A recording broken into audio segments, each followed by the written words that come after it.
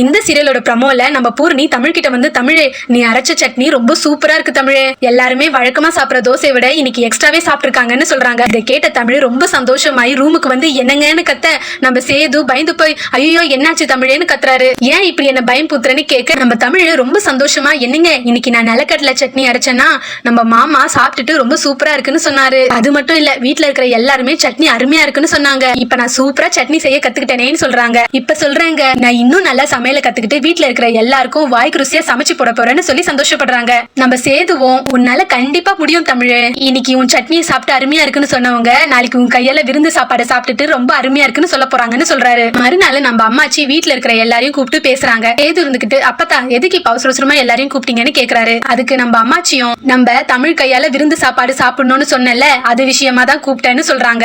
நாளைக்கு ஞாயிற்றுக்கிழமை மதிய சாப்பாடுக்கு தமிழ் தான் சமைக்கணும்னு சொல்லிடுறாங்க.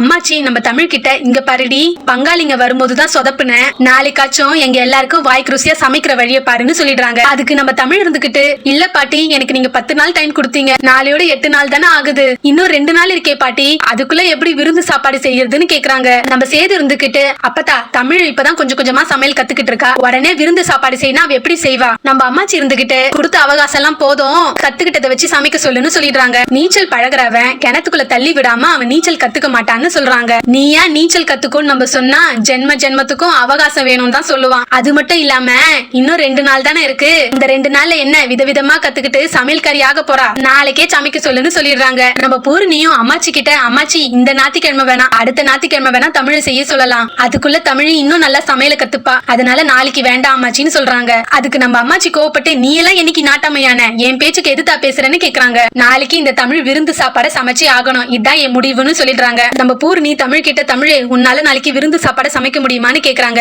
உடனே நம்ம தமிழோட மாமியார் இருந்துகிட்டு இங்க பாரு தமிழே இத்தனை பேருக்கு சமைக்க முடியுமான்னு சந்தேகமாலாம் யோசிக்காத, உன்னால முடியும் நம்பி இந்த வேலையில இறங்கு, இன்னைக்கு இல்லனாலும் இன்னும் 2 நாளைக்கு கெடு முடியதான் போகுது, அப்ப எப்படியோ உன்னை சமைக்க சொல்லதானே போறாங்க, அந்த நாள் நாளைக்கே வந்துருச்சுன்னு நினைச்சுக்கோ, அத்தை கொடுத்த இந்த 10 நாள்ல இந்த 8 நாள் நீ எப்படி கஷ்டப்பட்டன்னு எனக்கு தெரியும், எப்படி ராத்திரி பகல்னு பார்க்காம நீ சமையல் ஆர்வமா இருந்து கத்துக்கிட்டேன்னு எனக்கு தெரியும், அதனால உன்னால கண்டிப்பா முடியும் தமிழ்னு சொல்றாங்க. நம்ம தமிழும் நாளைக்கு நல்லா சமைச்சு எல்லார்கிட்டயும் நல்ல பேர் வாங்கிடணும்னு நினைக்கிறாங்க. ஆனா இவங்க நினைக்கிறத தாமரையோட அம்மா இருந்துகிட்டு சமைக்கும் போது என்னென்ன கஷ்டங்கள்லாம் கொடுக்க போறாங்கன்றத பொறுத்திருந்து பார்க்கலாம்.